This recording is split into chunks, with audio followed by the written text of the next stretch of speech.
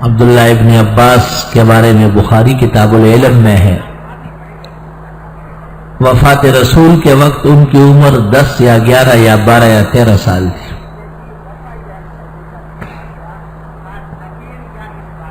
اس پر اتفاق ہے کہ 15 سال سے کم عمر کے تھے اور قرآن شریف کے ماہر تھے۔ ام المومنین میمونہ ان کی خالہ تھی۔ ابن عباس نے پیغمبرانہ اعمال یومیہ ضبط فرمائے تو ان کو شوق ہوا کہ حضرت کے لیلیہ رات کے اعمال بھی سیکھے جائے۔ چنانچہ حضرت میمونہ سے اجازت طلب کی کہ جب آن حضرت صلی اللہ علیہ وسلم کا نمبر آپ کے گھر ہو تو میں آؤں گا۔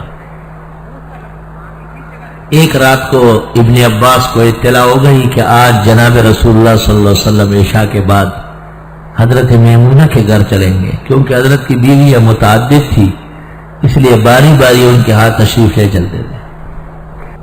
حضرت ابن عباس بھی ساتھ گئے، تفصیلی واقعہ ہے حدیث میں۔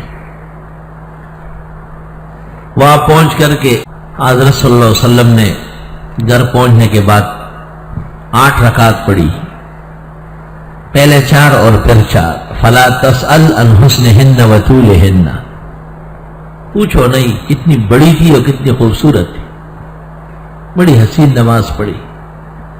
پھر کچھ دیر تک اہل خانہ سے محو گفتگو ہوئے، پھر بستر پر تشریف فرما ہوئے۔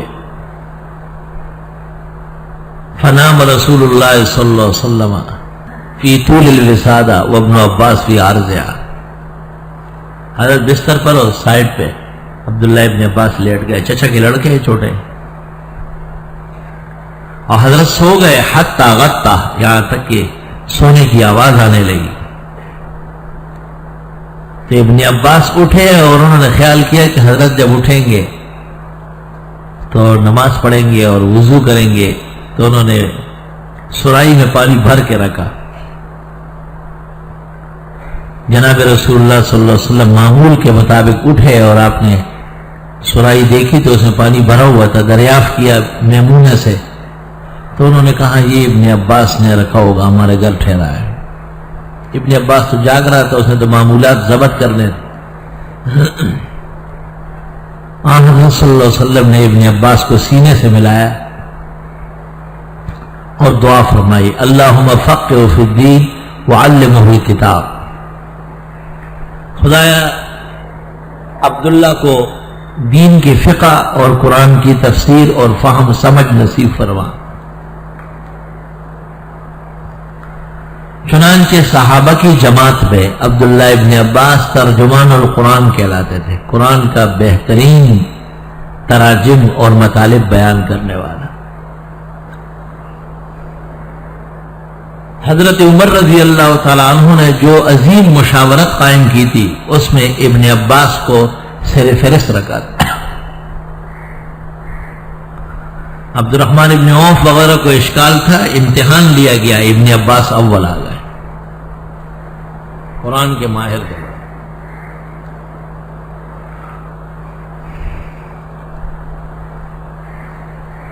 عبداللہ ابن عباس کہتے ہیں کہ مجھے جن آیات میں اشکال ہوتا تھا تو حضرت عمر سے پوچھتا تھا،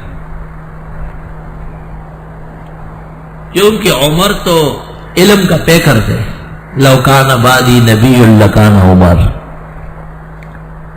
اور آپ نے فرمایا کہ مجھے دودھ پلایا گیا اتنا کہ ناخنوں میں نظر آیا، جو بچ گیا عمر کو پلایا۔ اس کا مطلب یہ ہے کہ نبوت کے باقیات جو ہے وہ حضرت عمر کو عطا ہوئے۔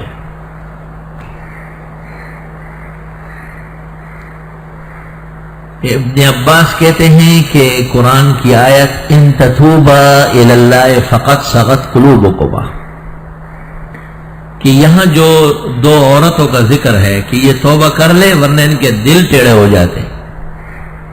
کون سی 2 عورتیں مراد؟ فرمایا ایک عرصے سے مجھے خیال تھا کہ میں حضرت عمر سے پوچھوں گا۔ حج کے لیے حضرت عمر تشریف لے جا رہے تھے، امیر المومنین، عبداللہ ابن عباس کی ساتھ تھے، خادم خاص تھے۔ راستے میں حضرت عمر رضی اللہ عنہ قضاء حاجت کے لیے جنگل گئے۔ جب فارغ ہوئے آنے لگے تو حضرت عبداللہ سرائی میں پانی لے کے گئے۔ حضرت عمر رضی اللہ عنہ کو وضو کرایا۔ اس دوران دیکھا کہ حضرت عمر کی طبیعت بڑی منبسط و بشاش ہے، تو عبداللہ ابن عباس نے کہا کہ مجھے ایک عرصے سے آپ سے مسئلہ پوچھنا تھا، لیکن آپ کی ہیبت اور رعب کی وجہ سے نہ پوچھ سکا۔ یہ جو آیت ہے ان تتوبا الی اللہ فقط صغت قلوبکما من المرأتان، یہ عورتیں کون ہیں؟ حضرت عمر نے تعجب کیا، واہ عبداللہ، ہما عائشہ و حفصہ، عائشہ و حفصہ مراد۔ اور عبداللہ ابن عباس سے کہا کہ آئندہ جب بھی تجھے مسئلہ پوچھنا ہو، جس حال میں میں ہوں فوراً پوچھا کرو، پرواہ مت کرو میرے ناراض ہونے یا غصے۔ اس سے پتہ چلا کہ عبداللہ ابن عباس جو صحابہ کی جماعت میں ترجمان القرآن کہلاتے ہیں اور جن کے لیے رسول اکرم صلی اللہ علیہ وسلم نے دعائیں مانگی ہے فقہ اور تفسیر کی، وہ بھی تفسیر عمر سے سیکھ رہے ہیں۔ اللہ، ابو بکر صدیق کا علم تو ہر وقت مسلمہ تھا، ہر وقت، لیکن ایک وقت ایسا آ گیا کہ تمام صحابہ دنگ رہ گئے جب جناب رسول اللہ صلی اللہ علیہ وسلم کا وصال ہوا، اور حضرت نے اپنے سامنے ابو بکر کو مصلی پہ کھڑا کیا تھا۔ نبی کی موجودگی میں نبی کے حکم پر جو مصلی پہ کھڑے ہوئے ہیں وہ ابو بکر ہے۔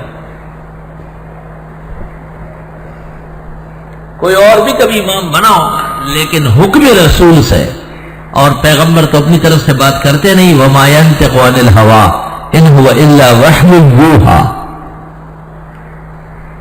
گویا وحی خداوندی سے جو امت کا امام بنایا گیا ہے ان کا نام ابو بکر ہے۔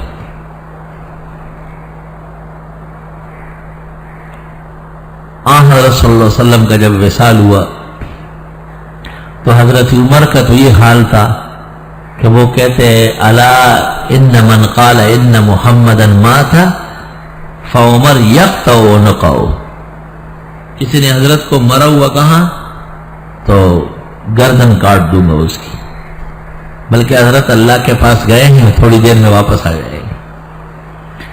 بخاری کے ایک طریق میں ہے لَيَبْعَثُهُنَّهُ اللَّهُ فِي الدُّنْيَا، اس دنیا کی حیات مان رہے تھے،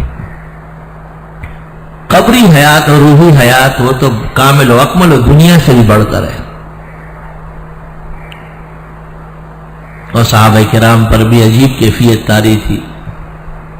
صحابہ کہتے ہیں کہ ہم نے 2-3 دن عجیب دیکھے، ایک دن خوشی کا دیکھا جب حضرت ہجرت کر کے آئے، دوسرا دن غم کا دیکھا جب حضرت فوت ہوئے، اور تیسرا دن قیامت کا دیکھا جب عمر شہید ہو گئے۔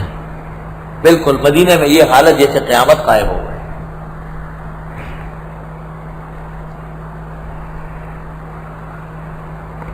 استغفر اللہ۔